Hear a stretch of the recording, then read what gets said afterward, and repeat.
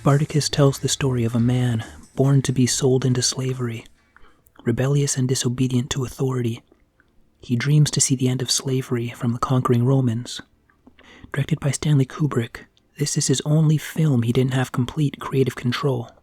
Kirk Douglas was executive producer and was written by Dalton Trumbo, based on the novel of the same name by Howard Fast. It came out in 1960 and runs 3 hours and 17 minutes. It begins with a 4-minute overture, and at the 1 hour 47-minute mark, there's a 3-minute intermission. When Spartacus is bought by Spartacus, who runs a gladiator training school where the slaves will be sold yet again to the rich for sport, Spartacus incites a riot, freeing the slaves, banding them all together to roam the countryside, liberating any slaves they come across, and giving the type of people who made them slaves a taste of their own medicine. An impromptu visit from Crassus, a rich Roman general, and his family's visit to Spartacus's school is the catalyst to Spartacus's story. To celebrate the wedding of Crassus's friend Glabus, man, you need a freaking degree to remember all these names. The women want to celebrate with a private showing of 2 pairs to the death. Spartacus informs them they only train and sell, never fighting them to the death at the school itself, doing his best to deter Crassus, who still insists, after a pout from his partner, even after the exorbitant price Spartacus gives him for arranging such a fight. Arrange it, Crassus says. Just look at the smile on this bloodthirsty bitch. So they go down to ogle and pick out their fighters. While they're waiting, Crassus straight up buys one of Spartacus's slaves, Varinia, who he obviously has become infatuated with. Varinia had previously become friends with Spartacus. When Spartacus sees Varinia leaving, the bullying trainer Marcellus taunts him about it. Finally pushing Spartacus too far, he goes berserk, triggering the uprising of the slaves. This revolt comes out of nowhere and was very surprising. Spartacus has had enough of Marcellus's taunting and just snaps. This is what bullies deserve. Don't take shit from no one. Now Crassus has to deal with this growing slave army, with discussions in Rome on how to deal with them. Other backroom politics see Gracchus going against Crassus to allow the slaves to leave. They just want to leave Rome and go home.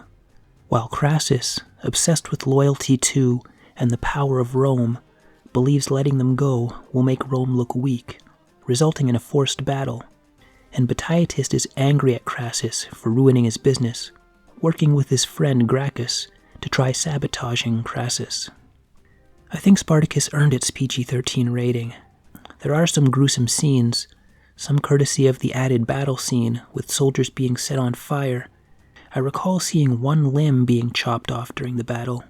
The aftermath of the battle is quite disturbing. Crucified slaves on crosses. There's a creepy scene with Crassus and Antoninus in the bath. I'm sure for 1960 they were pushing the limits when it came to violence and subject matter, though nothing too heavy by today's standards. The freed slaves' camps are very orderly, with soldiers training and everybody else doing their part to help out. Most of the sets are grand and large, shooting on location with wide shots of outdoor scenery. The cinematography is great. It's quite jarring, though, when they use indoor sets for outdoor scenes. This is an epic in every sense of the word. Even Gladiator borrows a couple aspects from it. It's hard to believe the original script didn't even have a battle sequence, just bloody helmets flowing down a river with sounds of a battle in the distance. Kubrick asked, how can we make a historical epic and not have an epic battle sequence? He didn't have creative control over the project, but was able to make that major change and included the battle. From an off-screen symbolic battle to a massive 8,000 plus extra battle sequence, including an amazing widescreen shot of the vast, overwhelming marching Roman army taking formation. It managed to stand out from other costume epics by avoiding the usual cliches, like people being eaten by lions in arenas and chariot racing. There was a scene that censors removed from the film, but was reinserted for newer home releases. Crassus is being bathed and massaged by his slave boy Antoninus, while he makes this analogy about people's taste in oysters and snails, and how he likes both, suggesting he likes both women and men. As they exit the bath, Crassus continues talking about Rome, looking over the balcony, while Antoninus stands in the background. When Crassus turns around, Antoninus is gone. The end of that scene played out funny to me. Antoninus is like, "Nope, I'm not into this gay shit," and boop, just vanishes. Next morning, he's in Spartacus's camp. The decadence, tyranny, audacity, overconfidence, and degeneracy of Rome is on full display here. One other standout scene for me was when Spartacus finds Varinia after the escape. It's a touching moment, with both of them crying, until Spartacus asks her how she escaped. And she's crying about how she just jumped out of the wagon and started running, and Batiatus was too fat, and Spartacus suddenly bursts out laughing. Then she starts laughing uncontrollably, barely being able to finish her sentence. I kept running and running, and Batiatus was so fat he couldn't catch me. There's a great contrast of emotions in that scene. The acting is great all around. Kirk Douglas as Spartacus shows a whole range: anger, sadness, love, happiness, defiance, empathy, determination, leadership, and humor. Peter Ustinov as Batiatus, the slave trader, is a great character, probably my favorite character, kind of a comedy relief. Well-spoken, yet skittish and overly nervous. Charles Lofton as Gracchus, one of Rome's politicians, has a quick, clever tongue and is a smooth political speaker. The wise, tired old man who's seen it all, stays cool and calm in any situation, like nothing surprises him anymore.